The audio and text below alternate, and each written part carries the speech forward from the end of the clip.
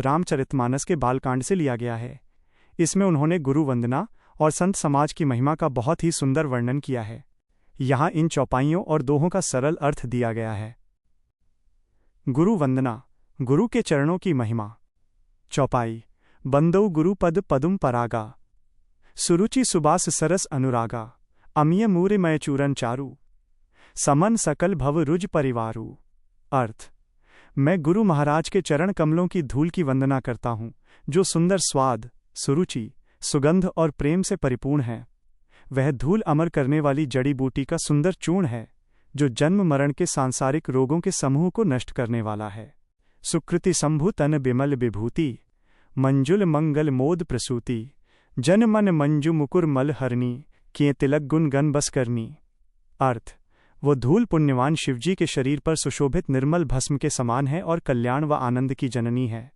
वह भक्त के मन रूपी दर्पण के मैल को दूर करने वाली है और तिलक लगाने से गुणों के समूह को वश में कर लेती है।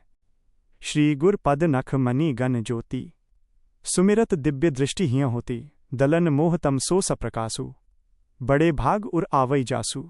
अर्थ। गुरुदेव के चरणों के नखों की ज्योति मणियों के प्रकाश के समान है, जिसके स्मरण मात्र से हृदय में दिव्य दृष्टि पैदा हो जाती है।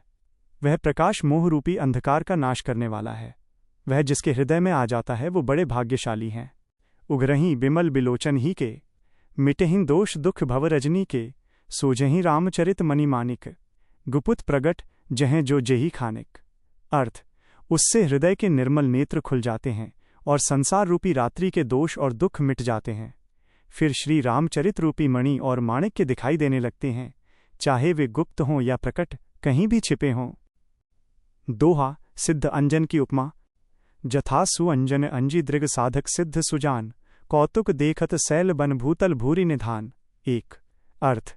जैसे सिद्ध साधक अपनी आंखों में विशेष अंजन काजल लगाकर पर्वतों, वनों और पृथ्वी के भीतर छिपे हुए महान खजानों को कौतुक से आसानी से देख लेते हैं, वैसे ही गुरु की चरण रज है।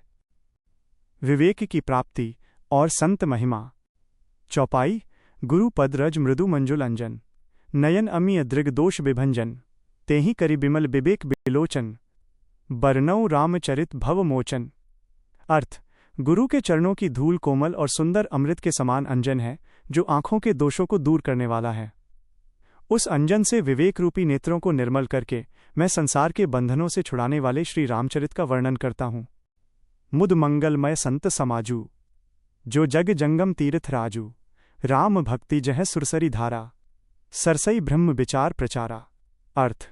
संतों का समाज आनंद और कल्याणमय है, जो संसार में चलता फिरता तीर्थराज प्रयाग है, जहाँ राम भक्ति रूपी गंगा की धारा बहती है और ब्रह्म विचार का प्रचार सरस्वती नदी के समान है। सबहीं सुलभ सब दिन सब देसा, सेवत सादर समन कलेसा, अकथ अलौकिक तीर्थराऊ, देई सद्य फल प्रगट प्रभाव। अर्थ। यह संत रूपी तीर्थराज प्रयाग सब देशों में और सब समय पर सभी को सुलभ है। आदर पूर्वक इसकी सेवा करने से सारे क्लेश मिट जाते हैं। ये अलौकिक तीर्थराज कहने में नहीं आता और तुरंत फल देने वाला है। दोहा। साधु समाज रूपी प्रयाग का फल। सुनि समुझहीं जन मुदित मन मज्जहीं अति अनुराग, लहहीं चारि फल अछत तनु साधु समाज प्रयाग। 2। अर्थ। जो मनुष्य इस संत समाज रूपी प्रयाग के प्रभाव को प्रसन्न मन से सुनते और समझते हैं और इसमें प्रेम पूर्वक डुबकी लगाते हैं, वे इसी शरीर के रहते जीवित रहते हुए धर्म, अर्थ, काम और मोक्ष, इन चारों फलों को प्राप्त कर लेते हैं। क्या आप इन चौपाइयों में से किसी विशेष शब्द का अर्थ